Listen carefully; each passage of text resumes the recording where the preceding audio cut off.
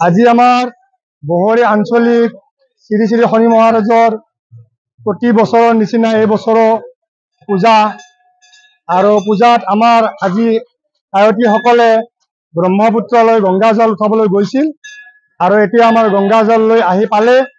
এতিয়া আমাৰ শনি মহাৰাজক প্ৰতিষ্ঠা কৰিব, গা পা ধুৱাব, মন্দিৰ প্ৰতিষ্ঠা কৰিব তাত। আৰু সন্ধিয়াখন আমাৰ আজি পূজা বছৰিকা, তাৰ সকলো ৰাইজৰে সহায় সহযোগিতা শ্ৰদ্ধাৰে কামনা কৰা হ'ল। এইখিনি মোৰ বক্তব্য। খুব ভাল লাগিছে আজি জলাহৰণত মই অংশগ্ৰহণ কৰিব পাৰি খুব ভাল লাগিছে। এইটো আমাৰ ব্ৰহ্মপুত্ৰৰ পৰা আমি গজৰাজৰ দ্বাৰা গজৰাজক আমি আগুৱাই আমি আয়তীসকলে পানী তুলি লৈ আহিছোঁ, জল আহৰণ কৰিছোঁ।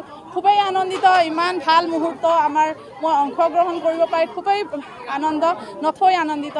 Thank you. মোৰ শনি পূজা উদযাপন সমিতিৰ তৰফৰ পৰা আন্তৰিক অভিনন্দন জ্ঞাপন কৰিছোঁ। আমাৰ এই শনি মন্দিৰটো 1982 চনতে স্থাপন কৰিছিল। প্ৰথমতে এখন টিঙৰ চালিৰ ওপৰত স্থাপন কৰি এই শনি পূজা প্ৰতিষ্ঠা কৰি আহিছিল। এই 1982 চনৰ পৰা আজিলৈ এই শনি মন্দিৰটো ক্ৰমান্বয়ে আমাৰ কমিটিখনে ৰাইজৰ সহায় সহযোগত ধন টকা পইচা তুলি উঠাই আনি আজি মন্দিৰটো নৱনিৰ্মিতভাৱে আমাৰ এটা এই অঞ্চলৰ ভিতৰত বৃহৎ আকাৰত নিৰ্মাণ কৰিছে। আমি প্ৰতি বছৰে ভাদ মাহৰ প্ৰথম শনিবাৰ তাৰিখত বাৰ্ষিক পূজা উদযাপন কৰি আহোঁ আৰু এইবেলিও আমি বাৰ্ষিক পূজা উদযাপনৰ কাৰণে আয়োজন কৰিছোঁ। আমি এইবাৰ গজহস্তীৰ দ্বাৰাই শোভাযাত্ৰা কাৰ্যসূচী হাতত লৈছোঁ আৰু এই গজহস্তীৰে আমি ব্ৰহ্মপুত্ৰ নদীলৈ গৈ গংগা আনয়ন কৰিলোঁ। এই কাৰ্যসূচীত আমাৰ বহৰী বজাৰৰ সমগ্ৰ অঞ্চলৰে আই মাতৃসকলে আমাৰ ইয়াতে অংশগ্ৰহণ কৰিছে, ধৰ্মপ্ৰাণ ৰাইজে সহায় সহযোগ কৰিছে। গতিকে আমি যে প্ৰতি বছৰেই এনেকৈ শনি মহাৰাজ প্ৰভু শ্ৰীচৰণত পূজাভাগ কৰি থাকিব পাৰোঁ, তেওঁ আমাক সকলো ৰাইজক যে শক্তিবন্ত কৰি তোলে। এই আমাৰ বহৰী বজাৰস্থিত শনি মন্দিৰ নৱনিৰ্মিত যি গৃহপ্ৰৱেশ যোৱা 21 তাৰিখে হৈ গৈছে। প্ৰতি বছৰৰ দৰে আজি এইবেলিও আমাৰ বাৰ্ষিক পূজা।